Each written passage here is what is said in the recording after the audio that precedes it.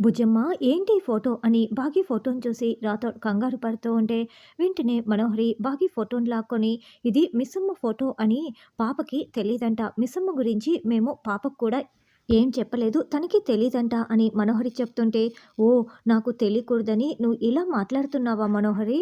బుజ్జమ్మ ఎవరో పిల్లలకి తెలియకూడదు అనుకుంటున్నావు కదా, నాకు కావాల్సింది కూడా అదేలే అని రాథోడ్ మనసులో అనుకుంటూ ఉంటాడు. అయినా మిస్సమ్మ గురించి ఆశ్రమంలో ఉంటున్న పాపకి ఏం తెలుస్తుంది? సరేలేండి అని రాథోడ్ అంటే, ఆ బాగి ఉండేది కూడా ఆశ్రమంలోనే కదరా పిచ్చోడా, ఈ విషయం నీకు తెలీదులే అని మనోహరి మనసులో అనుకుంటూ ఉంటుంది. అక్కలు అన్నయ్యలు బాయ్ అంటూ బుజ్జమ్మ చెప్తుంది. రా బుజ్జమ్మ అని రాథోడ్ బయటికి తీసుకువస్తూ ఉంటాడు. 2 రోజుల నుంచి రాథోడ్ ప్రవర్తన చాలా వింతగా ఉంది మనోహరి అని చెంబ అంటే, అయితే బాగి గురించి నిజం తెలిసినా కూడా తెలియనట్లు నటిస్తున్నాడా, పద వెళ్ళి చూద్దాం అని మనోహరి చెంబ ఇద్దరు హాల్లో ఉన్న కిటికీ దగ్గరికి వచ్చి బయటికి వచ్చి తొంగి చూస్తూ ఉంటారు. అమర్ గార్డెన్లో కూర్చొని ఆలోచిస్తూ ఉంటే, రా బుజ్జమ్మ అని రాథోడ్ తీసుకువెళ్తూ ఉంటాడు. రాథోడ్ ఏంటి బుజ్జమ్మని ఈ సమయంలో తీసుకువెళ్తున్నావు, రేపు ఉదయం తీసుకువెళ్ళొచ్చని అమర్ అంటే, ఇందాక రాజుగారికి వార్డెన్ మేడం ఫోన్ చేసి తీసుకురమ్మని చెప్పారంట సార్ అని రాథోడ్ చెప్తుంటే, ఈ విషయం రాథోడు ఇంతకుముందు మనతో ఎందుకు చెప్పలేదు మనోహరి, అందుకే నాకు డౌట్ వస్తోందని చెంబ అంటుంది. భుజమ్మ రేపు మళ్ళీ వస్తావు కదా అని అమర్ అంటే, నేను రాకపోయినా మీరు తీసుకువస్తారు కదా సార్ అని బుజ్జమ్మ అంటుంది. అమర్ బుజ్జమ్మని ముద్దులాడుతూ ముద్దుల మీద ముద్దులు పెడుతూ ఉంటాడు. సొంత బిడ్డైనట్లు ఇలా ముద్దులు పెడుతున్నాడు చూస్తున్నావా మనోహరి అని చెంబ అంటే, కన్న కూతురే కదా అని మనోహరి అంటుంది. సార్ బుజ్జమ్మ మీ కన్న కూతురని తెలియకపోయినా అలాగే ఎంత బాగా చూసుకుంటున్నారు సార్, ఇక తెలిస్తే ఇంకేమైనా ఉందా అని రాథోడ్ అనుకుంటూ ఉంటాడు. నిన్ను చూడకుండా ఒక్కరోజు కూడా ఉండలేకపోతున్నానని అమర్ చెప్తాడు. బాయ్ సార్ అని బుజ్జమ్మ రాథోడ్ ఇద్దరు కార్ దగ్గరికి రాగానే అమర్ లోపలికి వెళ్తారు. మనోహరి చెంబ ఇదంతా గమనిస్తున్నారని రాథోడ్కి అర్థమైపోతుంది. ఇప్పుడు నా పైన మీకు డౌట్ వచ్చింది కదా, ఇప్పుడే మీ సంగతి చెప్తానని రాథోడ్ మనసులో అనుకుంటూ, బుజ్జమ్మ మిస్సమ్మ ఫోటోని నువ్వు ఎప్పుడూ చూడలేదా, నీకు అస్సలు తెలీదా అని రాథోడ్ కావాలనే అడుగుతూ ఉంటే, తెలీదు అంకుల్ అని బుజ్జమ్మ చెప్తుంది. చూసావా రాథోడ్కి ఏమీ తెలీదు, నువ్వే లేనిపోని డౌట్లు చెప్తున్నావు అని మనోహరి చెంబాని అరుస్తూ ఉంటుంది. హమ్మయ్య వీళ్ళకి డౌట్ పోయింది అని రాథోడ్ మనసులో అనుకుంటూ బుజ్జమ్మని కారులో కూర్చోపెట్టగానే, అంకుల్ మీరెప్పుడు మిస్ అమ్మని చూడలేదా అని పాప ప్రశ్నిస్తూ ఉంటే, చూశాను మీ అమ్మని, నేనెందుకు చూడలేదు అని రాథోడ్ అంటాడు. మరి మీరెందుకు నిజం చెప్పలేదు అని పాప అంటే, అది సీక్రెటు, నువ్వు కూడా చెప్పకూడదు అని రాథోడ్ అంటే, అయినా మా అమ్మ ఫోటో ఈ ఇంట్లో ఎందుకు ఉంది అని బుజ్జమ్మ ప్రశ్నిస్తూ ఉంటుంది.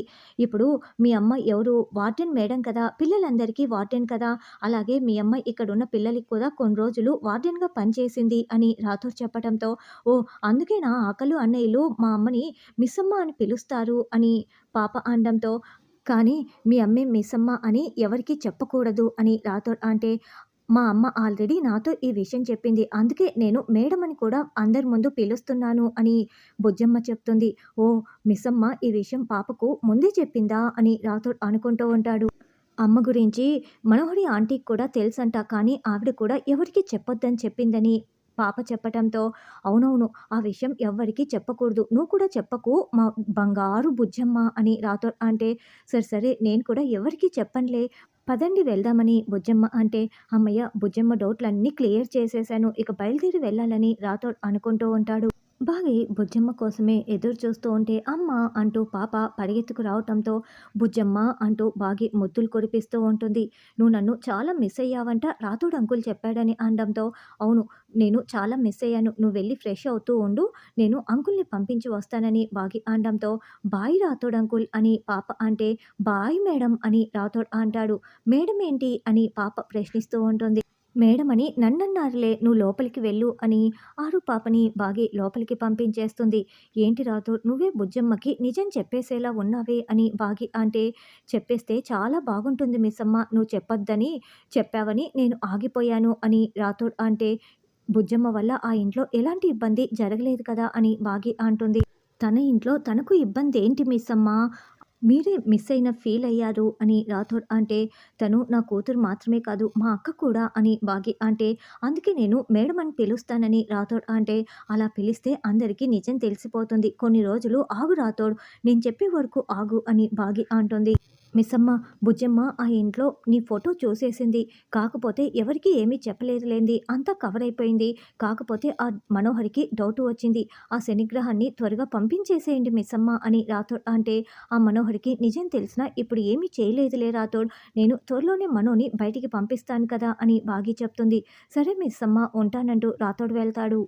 ఫ్రెష్ అయిపోయావా బుజ్జమ్మ అంటూ బాగి రావటంతో, ఆ ఫ్రెష్ అయిపోయానని పాప చెప్తుంది.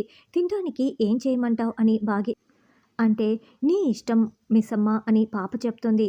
ఏంటి నువ్వు నన్ను మిస్సమ్మ అని పిలిచావా అని బాగి షాకింగ్గా అడుగుతూ ఉంటే, అవును నీకు ఆ పేరు చాలా బాగా సూట్ అవుతుంది. ఆ ఇంట్లో ఉన్న మిస్సమ్మకి నీకు చాలా దగ్గరి పోలికలు ఉన్నాయి అన్నట్లు నువ్వు ఆ ఇంట్లో పని చేసావంట కదా, మరి ఎందుకు మానేశావు అని పాప అంటే, ఆ ఇంట్లో ఉన్న రాక్షసి వల్లే అని మనసులో అనుకుంటూ, అవును పని చేస్తుండేదాన్ని అని బాగి చెప్తుంది.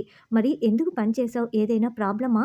అయితే మా సార్ కూడా నీకు తెలిసే ఉంటారు కదా అని ఆరు పాప అంటే, ఏ సార్ అని బాగి అంటుంది. అదే అమరేంద్ర సార్ అని ఆరు పాప చెప్తుంది. అంతగా తెలీదు, పిల్లల గురించి కూడా అంతగా తెలీదు అని బాగి అబద్ధం చెప్తుంది. అదేంటి, నేను పుట్టకముందు నుంచి నువ్వు వాళ్ళ ఇంట్లో పనిచేసి వచ్చావు కదా, నువ్వు అక్కడి నుంచి రాకుండా ఉండాల్సింది. నువ్వు అక్కడే ఉండి ఉంటే నేను కూడా అక్కడే ఉండి ఉండే దాన్ని కదా, అందరం కలిసి ఉండేవాళ్ళము అని పాప చెప్తుంది. బాగి చాలా బాధపడుతూ, నేనే నీకు వాళ్ళకందరికీ దూరం చేశానని మనసులో బాధపడుతూ ఉంటుంది.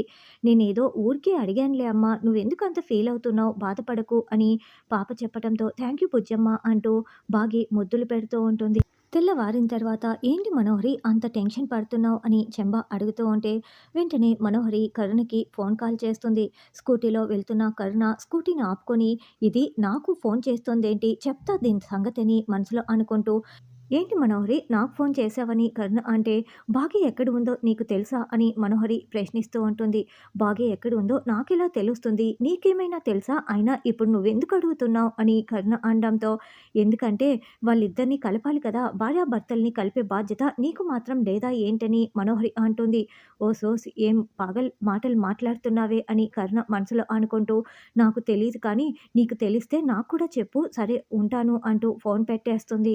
బాగి ఆశ్రమంలోనే ఉంది కదా, నువ్వెందుకు ఈ దాగుడు మూతల ఆట ఆడుతున్నావు అని చెంబ అంటే, బాగి ఎక్కడ ఉందో నాకు తెలుసన్న విషయం బాగీకి తెలియకూడదు, అందుకేనని మనోహరి అంటే, నీ గురించి బాగీకి మొత్తం తెలుసు, నువ్వు ఆడిన జాతకం ఆట కూడా బాగీకి తెలిసిపోయింది. అందుకే పంతుల్ని నిలదీసింది, కావాలని తన కూతుర్ని ఇక్కడికి పంపిస్తోంది.